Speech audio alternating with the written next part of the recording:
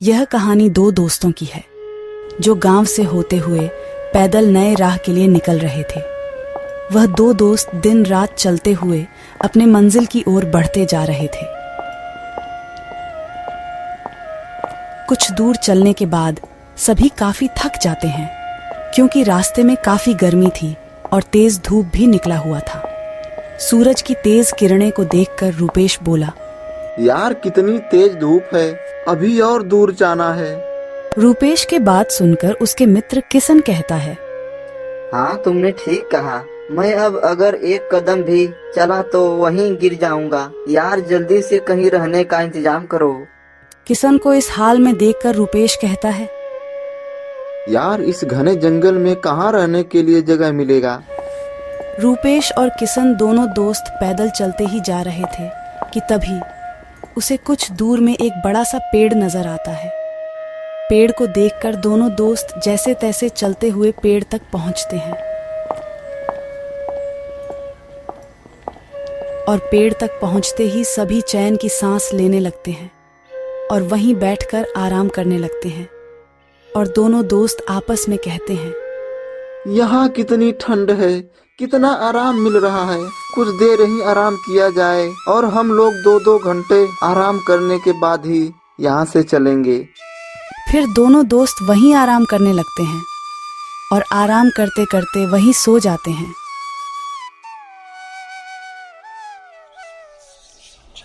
सुबह से शाम हो जाती है और सभी वहीं सोए रहते हैं। थोड़ी देर बाद रूपेश उठता है और किशन को उठाता है। किशन भाई चलो चला जाए, बहुत देर हो गई। यार थोड़ी देर और सोने दो, काफी आनंद आ रहा है। रूपेश तभी किशन को कहता है, नहीं नहीं यार जल्दी से उठो, हमें अब अपने राह में निकलना है। किशन उठो जल्दी से। रूपेश के बातें सुनकर वह उठ जाता है।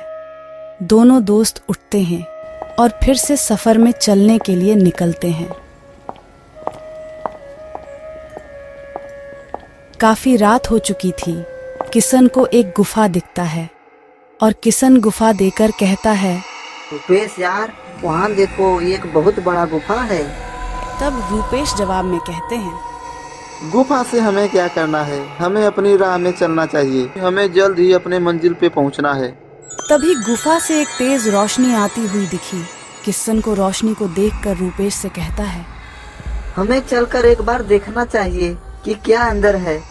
उसके बाद दोनों दोस्त उस गुफा की ओर चल देते हैं।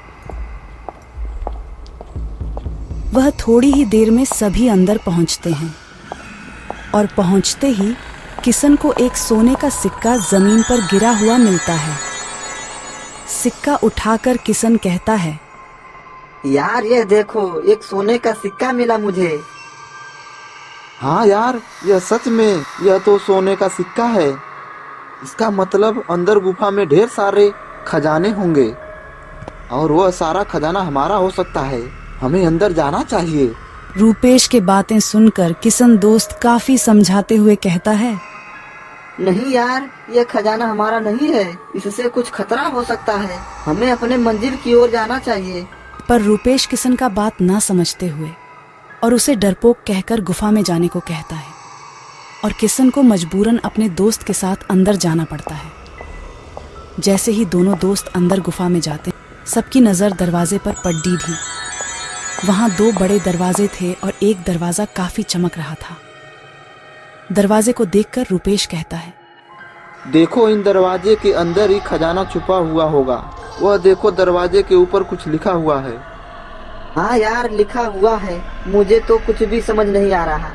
किशन को वह भाषा समझ नहीं आती है, पर रूपेश को वह भाषा तुरंत समझ आ जाती है और रूपेश लिखा हुआ देखकर कहता है, यह तो मैं पढ़ सकता हूँ, यह मैथिली में कुछ लिखा हुआ है।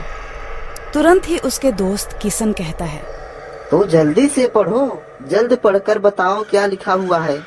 हाँ मित्र बताता हूँ। इस पर लिखा हुआ है, यह 2 जादुई दरवाजे हैं। आपको 2 में से सही दरवाजा चुनना है। अगर गलत दरवाजा चुना तो आप नरक में चले जाएंगे और सही दरवाजा चुना तो पूरा का पूरा खजाना तुम्हारा। रूपेश की बातें सुनकर किशन कहता है, यार तू हमें डरा रहा है। और रूपेश की बात को नहीं मानता है। और तभी अचानक पहला जादुई दरवाजा से आवाज आती है। मेरे पास आओ, मेरे पास ढेर सारे खजाने हैं। और फिर दूसरा दरवाजा से आवाज आता है। नहीं नहीं, मेरे पास आओ, मेरे पास दुनिया का सारा खजाना पड़ा हुआ है। खजाना दरवाजे को बोलता हुआ देखकर दोनों दोस्त डर जाते हैं और डर से किशन कहता है, उस यहाँ से चुपचाप चलो, यहाँ खतरा नजर आ रहा है। अरे तू बहुत डरपोक है, शांत रहना भाई। अपने साथ साथ मुझे भी डरा रहा है। यहाँ किस्मत की बात चल रही है और तू डरा रहा है।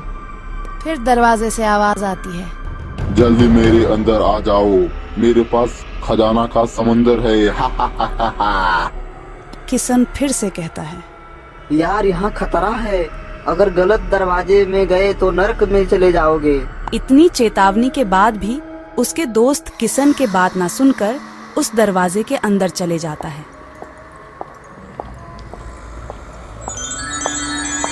किशन बाहर चला जाता है और रूपेश दोस्त अंदर ही रहते हैं। किशन रूपेश का बाहर इंतजार करता है। थोड़ी देर बाद गुफा से अचानक तेज रोशनी आती है, फिर तुरंत बंद हो जाती है। किशन अपने आप से कहता है। किशन गुफा के अंदर जाता है, पर वहां उसका दोस्त नहीं था। रूपेश गायब हो चुका था और उस जादुई दरवाजा में बंद हो चुका था। फिर किशन रोता हुआ कहता है, मैं समझाया था पर मेरी बात नहीं मानी, इसके कारण ही वह उस नर्क में फंस चुका है।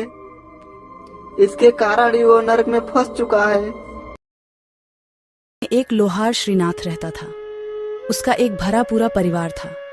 वह लोग बहुत गरीब थे। पूरा परिवार का पालन पोषण करने के लिए उसे कई बार दिन रात काम करना पड़ता था। रोज की तरह आज भी काम पर जाने से पहले श्रीनाथ ने अपना खाने का डिब्बा बांधने के लिए अपनी पत्नी से कहा।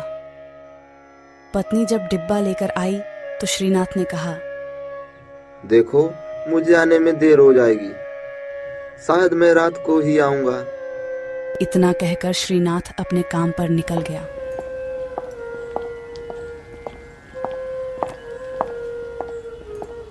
काम पर जाने का रास्ता एक जंगल से होकर गुजरता था। वहां जैसे ही श्रीनाथ पहुंचा, उसे कुछ आवाज सुनाई दी। जैसे ही श्रीनाथ कुछ पास गया तो उसने देखा कि एक साधु भगवान का मंत्र जपने के साथ ही हंस रहा है। हैरान होकर श्रीनाथ ने पूछा, महाराज क्या आप ठीक हैं? उस साधु को श्रीनाथ नहीं जानता था, लेकिन साधु ने एकदम से उसका नाम लेकर कहा, आओ श्रीनाथ बेटा, मैं तुम्हारा ही इंतजार कर रहा था। मैं बहुत भूखा हूँ, मुझे अपने खाने के डिब्बे से कुछ दे दो। बाबा से अपना नाम सुनकर श्रीनाथ हैरान था, लेकिन उसने कोई सवाल नहीं किया और सीधा अपना खाने का डिब्बा निकालकर उन्हें दे दिया।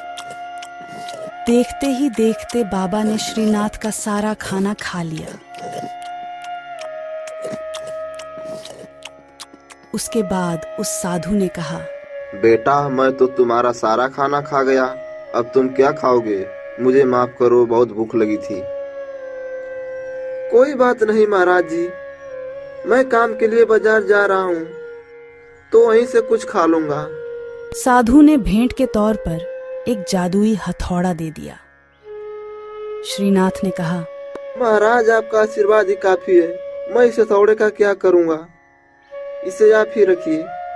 साधु ने जवाब देते हुए कहा, बेटा यह कोई मामूली हथौड़ा नहीं है, यह जादुई हथौड़ा है जो मेरे गुरु ने मुझे दिया था और अब मैं तुम्हें दे रहा हूँ, क्योंकि तुम्हारा दिल बहुत साफ है।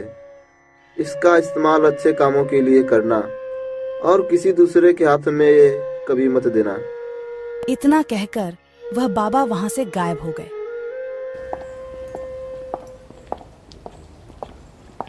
श्रीनाथ अपने हाथों में हथौड़ा लेकर बाजार काम करने के लिए चला गया।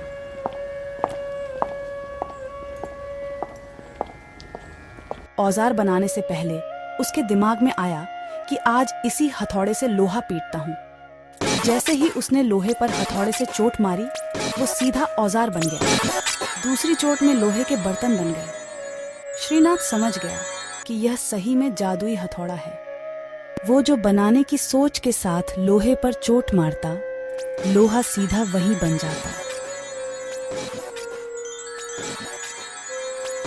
जादुई हथौड़े की वजह से श्रीनाथ का काम जल्दी खत्म हो गया और वो अपने साथ ही उस जादुई हथौड़े को घर ले गया।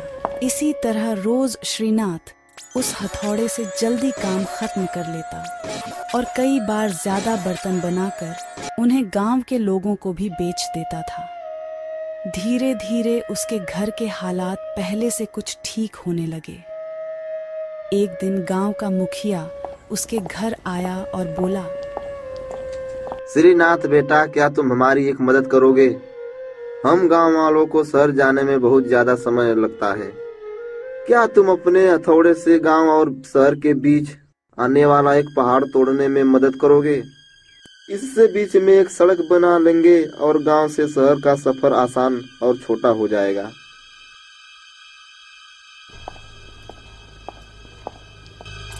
मुखिया की बात सुनकर श्रीनाथ ने उस जादुई हथौड़े से उस पहाड़ को तोड़ दिया। मुखिया और गांव के लोग बहुत खुश हुए और उसे खूब शाबाशी दी। पहाड़ तोड़ने के बाद घर लौटते समय लोहार के मन में हुआ, इस जादुई हथौड़े से मेरा काम जल्दी तो हो जाता है, लेकिन कुछ ज्यादा फायदा तो हो नहीं रहा। इसी सोच में डूबे हुए लोहार घर जाने की जगह दुखी होकर जंगल की तरफ चला गया। उस जंगल में वही साधु बाबा लोहार को दोबारा दिखा। लोहार ने उन्हें अपने मन की सारी बातें बता दी। साधु ने कहा, इसका उपयोग सिर्फ औजार और बर्तन बनाने व पहाड़ तोड़ने तक सीमित नहीं है। इससे तुम अपने मन का कुछ भी बना सकते हो और किसी भी कठिन चीज को आसानी से तोड़ सकते हो। श्रीनाथ ने अच्छे से साधु बाबा से उस जादुई हथौड़े को इस्तेमाल करने का तरीका सीखा। उसके बाद श्रीनाथ ने बहुत धन कमाया। आज श्रीनाथ एक अमीर आदमी बन गया है। अभी भी वो जब भी जरूरत महसूस होती है, उस जादुई हथौड़े का इस्तेमाल कर लेता है।